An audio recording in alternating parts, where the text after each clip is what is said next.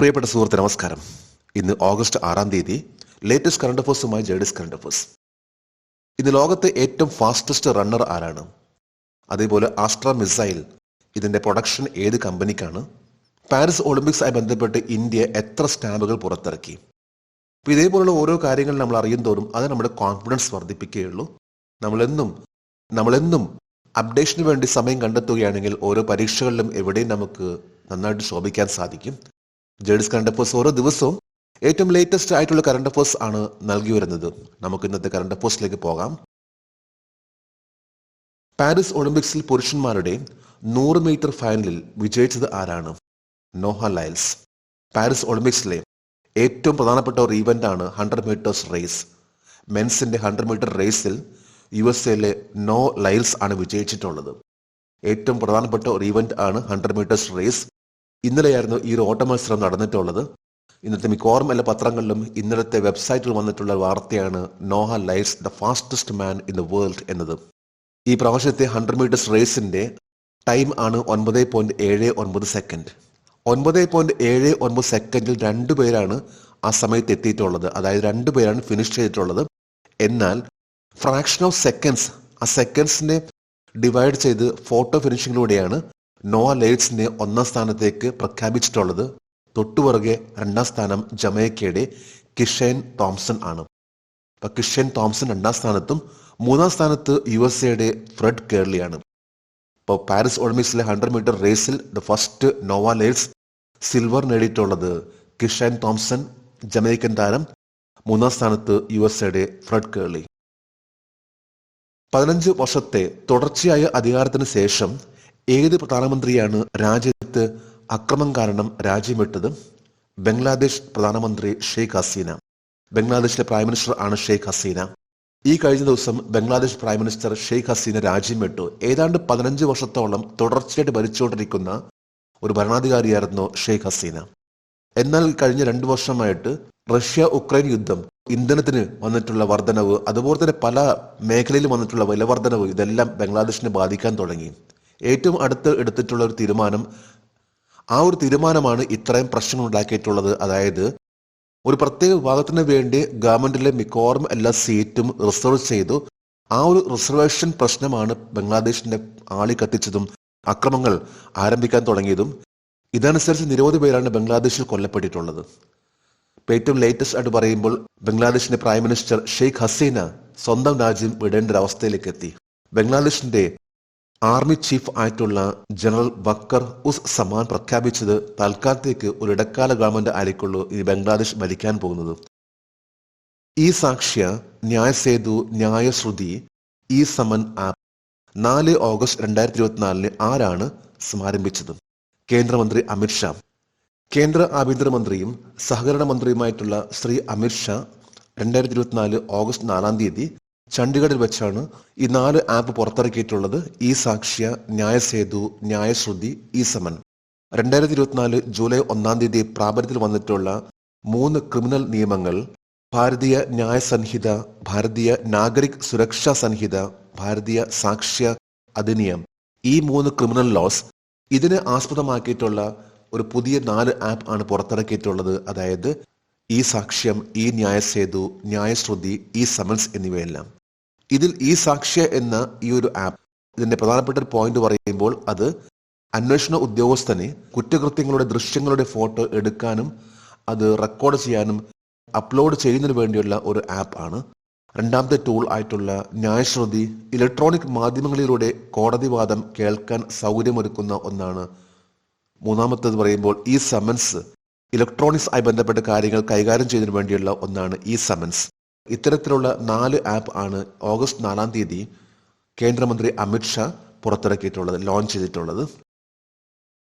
ഈയിടെ ഏത് കായിക പരിപാടിയുടെ ഭാഗമായി 4 സ്മാരക തപാൽ സ്റ്റാമ്പുകൾ പുറത്തിറക്കി? Paris Olympics. പാരീസ് ഒളിമ്പിക്സ് ആയി ബന്ധപ്പെട്ട് 4 പുതിയ തപാൽ സ്റ്റാമ്പ് ആണ് പുറത്തിറക്കിയിട്ടുള്ളത്. ഈ സ്റ്റാമ്പ് പുറത്തിറക്കിയത് August 5 August 5 communication minister Jyotiraditya സിന്ധ്യയും യുവജനകാര്യ കായിക മന്ത്രിയായിട്ടുള്ള ഡോക്ടർ മൻസുഖ് മാണ്ഡവ്യയും 33ാമത്തെ ഒളിമ്പിക്സ് ആയി ബന്ധപ്പെട്ട് ഈ സ്റ്റാമ്പുകൾ പുറത്തിറക്കിയിട്ടുള്ളത്. ഇപ്പോഴത്തെ കമ്മ്യൂണിക്കേഷൻ മന്ത്രിയാണ് ജ്യോതിരാദിത്യ സിന്ധ്യയും ഇപ്പോഴത്തെ യുവജനകാര്യ കായിക മന്ത്രിയാണ് ഡോക്ടർ മൻസുഖ് മാണ്ഡവ്യയും. ഈ 4 തപാൽ സ്റ്റാമ്പുകൾ ഒന്ന് javelin throw, field hockey, sailing, table tennis എന്നീ 4 ഇനങ്ങളുമായി ബന്ധപ്പെട്ട തപാൽ സ്റ്റാമ്പ് ആണ് പുറത്തിറക്കിയിട്ടുള്ളത്. 117 പ്ലേയേഴ്സ് ആണ്, കായിക താരങ്ങളാണ് ഈ പ്രാവശ്യത്തെ പാരീസ് ഒളിമ്പിക്സിൽ പങ്കെടുത്തുകൊണ്ടിരിക്കുന്നത്. ഇതിൽ 29 പേർ ഖേലോ ഇന്ത്യയിൽ നിന്ന് ഉയർന്നു വന്നിട്ടുള്ള താരങ്ങളാണ്. ഡിഫൻസിന്റെ ആണെങ്കിൽ 24 പ്ലേയേഴ്സ് ആണ് പാരീസ് ഒളിമ്പിക്സിൽ ഈ പ്രാവശ്യം പങ്കെടുത്തുകൊണ്ടിരിക്കുന്നത്. 33ാമത്തെ ഒളിമ്പിക്സ് ആയിട്ടുള്ള പാരീസ് ഒളിമ്പിക്സ് ആയി ബന്ധപ്പെട്ടാണ് ഈ പ്രാവശ്യം 4 തപാൽ സ്റ്റാമ്പുകൾ ഇന്ത്യ ഗവൺമെന്റ് റിലീസ് ചെയ്തിട്ടുള്ളത്. 2024 ഓഗസ്റ്റിൽ 7 തരത്തിലുള്ള മിസൈലുകൾ നിർമ്മിക്കാൻ ഇന്ത്യൻ വ്യോമസേന അനുമതി നൽകി. ആസ്ട്ര മിസൈലുകൾ ഇന്ത്യൻ എയർഫോഴ്സിന് വേണ്ടിയുള്ള ഒരു മിസൈൽ ആണ് ആസ്ട്ര മിസൈൽ. ലേറ്റസ്റ്റ് ആയിട്ട് പറയുമ്പോൾ ഈ മിസൈലിന്റെ പ്രൊഡക്ഷന് വേണ്ടി ഇന്ത്യൻ എയർഫോഴ്സ് അനുമതി നൽകി കഴിഞ്ഞിരിക്കുകയാണ്. 2024 ജനുവരി 14 ഈ മിസൈലിന്റെ നിർമ്മാണത്തിന് വേണ്ടി പ്രതിരോധ സഹമന്ത്രി അജയ് ഭട്ട് ഭാരത് ഡൈനാമിക്സ് ലിമിറ്റഡിനെ അനുമതി നൽകിയിരുന്നതും ഇപ്പോൾ ലേറ്റസ്റ്റ് ആയിട്ടുള്ള ഓർഡർ നൽകിയിട്ടുള്ളത് ഇന്ത്യൻ എയർഫോഴ്സ് ആണ്. അതായത് ഏതാണ്ട് 200ഓളം മിസൈൽസ് നിർമ്മിക്കുന്നതിന് വേണ്ടിയുള്ള ഓർഡർ ആണ് ഇന്ത്യൻ എയർഫോഴ്സ് നൽകിയിട്ടുള്ളത്. ഏതാണ്ട് 100 കിലോമീറ്റർ റേഞ്ച് ഉള്ള ഒരു മിസൈൽ ആണ് ആസ്ട്ര മിസൈൽ. Su-30 തേജാസ് എന്ന വിമാനങ്ങളിൽ ഘടിപ്പിക്കാൻ സാധിക്കുന്ന ഒരു മിസൈൽ ആണ്. മിസൈലിന്റെ നിർമ്മാണമാണ് ഹൈദരാബാദിലെ കാഞ്ചൻബാഗിലുള്ള ഭാരത് ഡൈനാമിക്സ് ലിമിറ്റഡിൽ നടക്കാൻ പോകുന്നത്. ആദ്യത്തെ അമേരിക്കൻ നിർമ്മിത F-16 യുദ്ധവിമാനങ്ങൾ ലഭിച്ച ഏഷ്യൻ രാജ്യമേത്? ഉക്രൈൻ. റഷ്യ ഉക്രൈൻ യുദ്ധം. ഈ യുദ്ധത്തിൽ ഉക്രൈൻ ഉപയോഗിക്കുന്നത് റഷ്യയുടെ പഴയ വിമാനങ്ങളാണ്.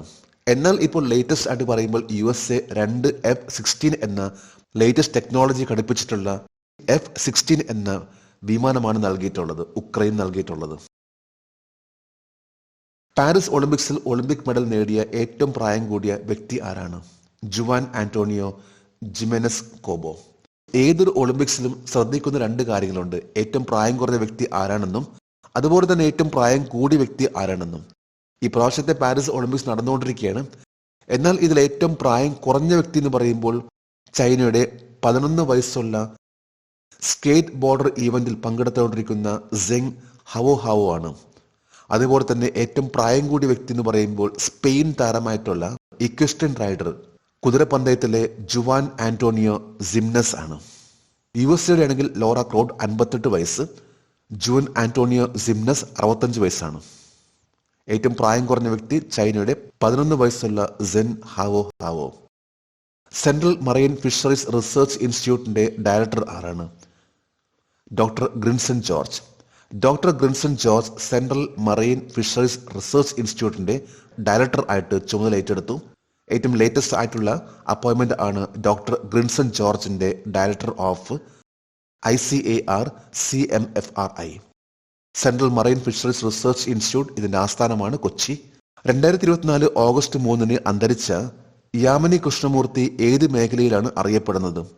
Classical dance. യാമിനി കൃഷ്ണമൂർത്തി ഭരതനാട്യം കുച്ചിപ്പുടിയിലെ പ്രൊഫഷണൽ ഡാൻസർ ആണ്. യാമിനി കൃഷ്ണമൂർത്തി ഈ കഴിഞ്ഞ ഓഗസ്റ്റ് 3 അന്തരിച്ചു. ക്ലാസിക്കൽ ഡാൻസർ എന്ന രീതിയിലാണ് യാമിനി കൃഷ്ണമൂർത്തി അറിയപ്പെടുന്നത്.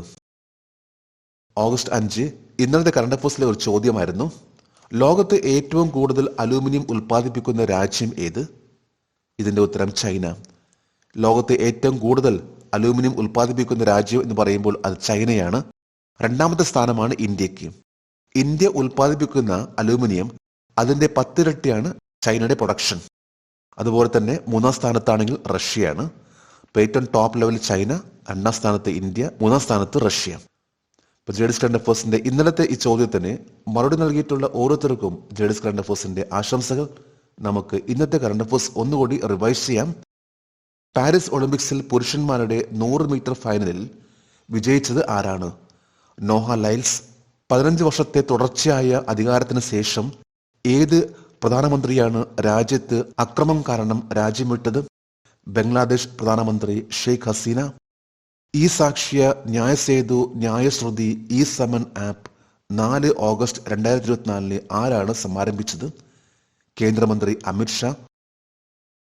ഈയിടെ ഏത് കായിക പരിപാടിയുടെ ഭാഗമായി 4 സ്മാരക തപാൽ സ്റ്റാമ്പുകൾ പുറത്തിറക്കി? Paris Olympics. 2024 ഓഗസ്റ്റിൽ ഏത് തരത്തിലുള്ള മിസൈലുകൾ നിർമ്മിക്കാൻ ഇന്ത്യൻ വ്യോമസേന അനുമതി നൽകി? ആസ്ട്ര മിസൈലുകൾ. ആദ്യത്തെ അമേരിക്കൻ നിർമ്മിത F-16 യുദ്ധവിമാനങ്ങൾ ലഭിച്ച ഏഷ്യൻ രാജ്യമേത്? ഉക്രൈൻ. പാരീസ് ഒളിമ്പിക്സിൽ ഒളിമ്പിക് മെഡൽ നേടിയ ഏറ്റവും പ്രായം കൂടിയ വ്യക്തി ആരാണ്? Juan Antonio Jimenez Cobo. Central marine fisheries research ഇൻസ്റ്റിറ്റ്യൂട്ടിന്റെ ICAR CMFRI ഡയറക്ടർ ആരാണ്? Doctor Grinson George. 2024 ഓഗസ്റ്റ് 3 അന്തരിച്ച യാമിനി കൃഷ്ണമൂർത്തി ഏത് മേഖലയിലാണ് അറിയപ്പെടുന്നത്? Classical dance. ഇന്ന് ഓഗസ്റ്റ് 6 ഇന്നത്തെ കറണ്ട് അഫയേഴ്സിലെ ഒരു ചോദ്യമാണ്. Lakshya Sen who finish 4th at the Paris Olympics is a player of which field? Paris ഒളിമ്പിക്സിൽ 4ാമതായി ഫിനിഷ് ചെയ്ത ലക്ഷ്യ സെൻ ഏത് മേഖലയിലെ കളിക്കാരനാണ്? 3 ഓപ്ഷൻസ് ആണ് നൽകിയിട്ടുള്ളത്. ഈ ചോദ്യത്തിന്റെ ഉത്തരം അറിയാമെങ്കിൽ ഇന്നത്തെ കറണ്ട് അഫയേഴ്സിന്റെ കമന്റ് ബോക്സിൽ രേഖപ്പെടുത്തുവാൻ അഭ്യർത്ഥിക്കുന്നു. നാളത്തെ കറണ്ട് അഫയേഴ്സിൽ ഇതിന്റെ ഉത്തരം ഉണ്ടായിരിക്കും. ലേറ്റസ്റ്റ് ആയിട്ടുള്ള കറണ്ട് അഫയേഴ്സ് നമ്മൾ എന്നും അപ്ഡേറ്റ് ചെയ്യാൻ ശ്രമിക്കൂ. തീർച്ചയായിട്ടും നമുക്ക് നല്ല മാറ്റങ്ങൾ ഉണ്ടാകും. നമുക്ക് ഏതൊരു പരീക്ഷയിലും ഇന്റർവ്യൂവിലും എവിടെയും നമുക്ക് നന്നായിട്ട് സഹായിക്കുന്ന ഒന്നാണ് കറണ്ട് അഫയേഴ്സ്. ജേഴ്സ് കറണ്ട് അഫയേഴ്സിന്റെ ഈ ഒരു വീഡിയോ കണ്ടിട്ട് ഇഷ്ടപ്പെട്ടെങ്കിൽ സബ്സ്ക്രൈബ് ചെയ്യാൻ മറക്കരുത്. നമുക്ക് നാളെ വീണ്ടും പുതിയ കറണ്ട് അഫയേഴ്സുമായിട്ട് കാണാം. Thank you very much.